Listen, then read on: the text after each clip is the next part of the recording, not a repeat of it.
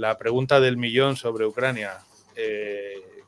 En tu opinión, ¿crees que ha acabado ya la ofensiva y cómo la evaluarías? Yo creo que ha acabado ya, ¿no? La ofensiva contraofensiva, como la queramos denominar. Creo que ha sido un fracaso bastante importante. No ha sido inútil porque ha dañado muchas capacidades militares rusas, ¿no? Rusia consiguió frenar a Ucrania a un precio elevado, ¿no? Pero lo consiguió frenar. Y un fracaso absoluto, ¿no? Creo que no creo que sea inútil, les ha servido de algo y tenían que intentarlo, ¿no? Los ucranianos, porque les habían dado mucha ayuda militar y habían presiones occidentales porque intentara algo para ver lo que podía ocurrir ya en el invierno, ¿no? Y a ver la posición política, a ver negociaciones o no. Pero yo creo que ha sido un fracaso, en mi opinión, bastante grande. Y además creo que era inevitable que fuese un fracaso, ¿no? En el último directo que hicimos acaba de salir lo de los papeles del Discord. Recordemos que había un documento de febrero, ¿no?, estadounidense de la inteligencia militar diciendo que no creían que les fuese ir bien a los ucranianos, ¿no? Y que iba a fallar, básicamente, ¿no? Que iban a conseguir algunos avances, pero poco más, ¿no? De hecho, que lo comenté contigo, ¿no? Que si haciendo un repaso a la historia militar, ¿no? y a la doctrina, por lo menos la occidental, de cómo se tiene que hacer una operación de ruptura. No voy a decir que era imposible, pero bueno, yo te dije que no iba a ser, que no iban a poder hacer una ruptura. Sí. No tenían ingeniería, no tenían vehículos de ingeniería militar suficiente en cantidad, no tenían superioridad aérea y ciertas capacidades elementales, ¿no?, o básicas para hacer ese tipo de operaciones. Es que no estaban allí, por tanto, por mucho Abrams o por mucho Bradley. Y el despliegue defensivo ruso. Exactamente, además es que sabían que iban a atacar ahí porque tenían que atacar ahí, ¿no? No podían atacar por Melitopol porque era exponer en dirección Mariupol, porque era exponer los flancos de manera innecesaria. Tenían que atacar necesariamente en dirección a Melitopol, ¿no?, hacia Tokmak. De ahí que fuera la zona más fortificada, porque avanzar por otro lugar. Podrían haber avanzado más geográficamente los rusos que digan los ucranianos, pero hubiese sido un avance absurdo, ¿no? Tierra que no se llevaba nada, estratégicamente hablando, tenían que avanzar por donde intentaron avanzar.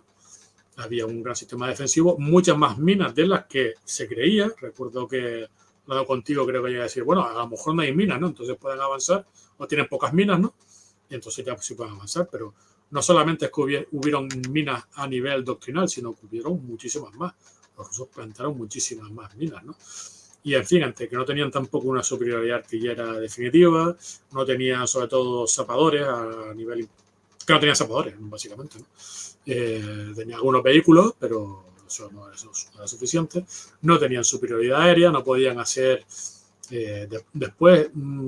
3 o 4 semanas más tarde de hablar contigo, pero escribí un artículo en Political Room ya detallando de manera más específica, ¿no?, un artículo bastante largo de cómo se hacen operaciones de ruptura y por qué, a menos que hubiese alguna sorpresa, como que no hubiesen minas o que Ucrania tuviese alguna capacidad secreta como 1 millón de drones de precisión, ¿no?, que lo destruyan todo a su paso. Pues, si todo estaba de manera convencional, era imposible. El Phoenix Ghost.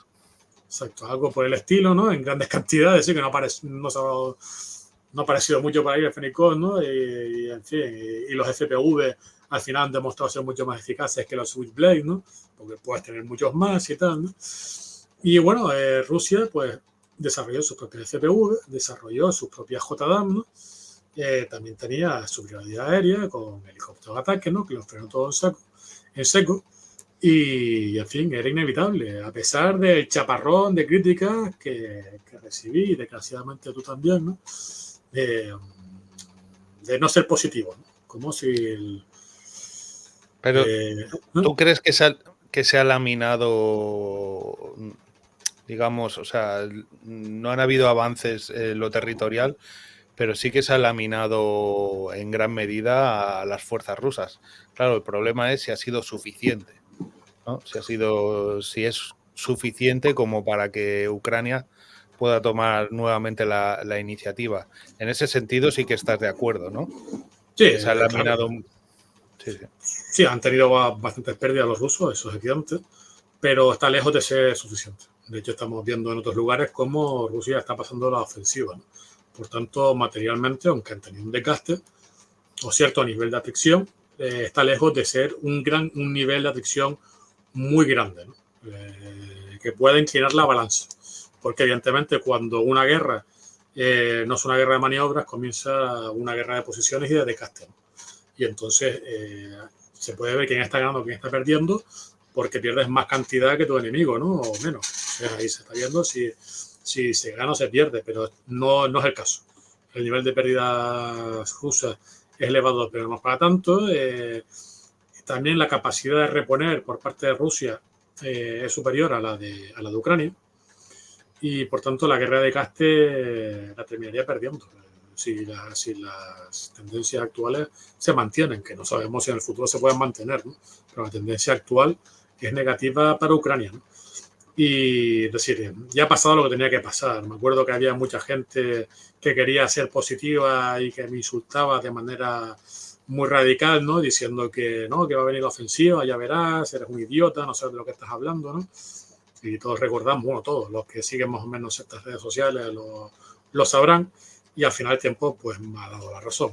Desgraciadamente porque ojalá que hubiese ganado Ucrania, ojalá le hubiesen dado mucha más ayuda a Ucrania desde el año 22 y se le ha racionado, se le ha dado mucha ayuda, pero todavía con cuentagotas, ¿no? Entonces se le ha dado lo suficiente para que no pierda Ucrania y que pueda mantener la guerra durante un tiempo y que Rusia no pueda hacer grandes avances, ¿no? Pero no lo suficiente. Lo que se le pidió a Ucrania también era, es decir, era imposible, ¿no? Y bueno, lo que ha escrito Sí, Zaluzny, esto hay como que decía. señalarlo, ¿no? Un poco, Guillermo, que realmente se le ha pedido con el material que se le ha ofrecido y la situación tal en este momento, se le pidió lo imposible. Estamos viendo las operaciones de Israel en la Franja de Gaza con apoyo aéreo, primero el barrido de la Fuerza Aérea israelí, como para pedirle a Ucrania que hiciese algo parecido, sin aportarle el material necesario. Tenemos el caso, Sí. por ejemplo, de los ATACMS, que hemos hablado 20.000 veces sobre ello, que sabíamos que había que utilizarlos contra el aeropuerto de Berdiansk para dejar inutilizado a los helicópteros de combate rusos, y nos ha entregado hasta ahora, como quien dice. Y esto ya lo sabíamos antes de empezar la ofensiva. Entonces, claro, al final no es cuestión.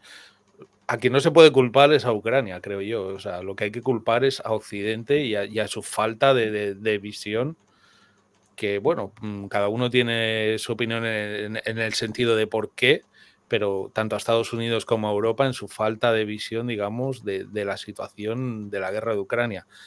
En el fondo lo que parece es que no quieren que gane Ucrania, simplemente que todo quede en unas tablas.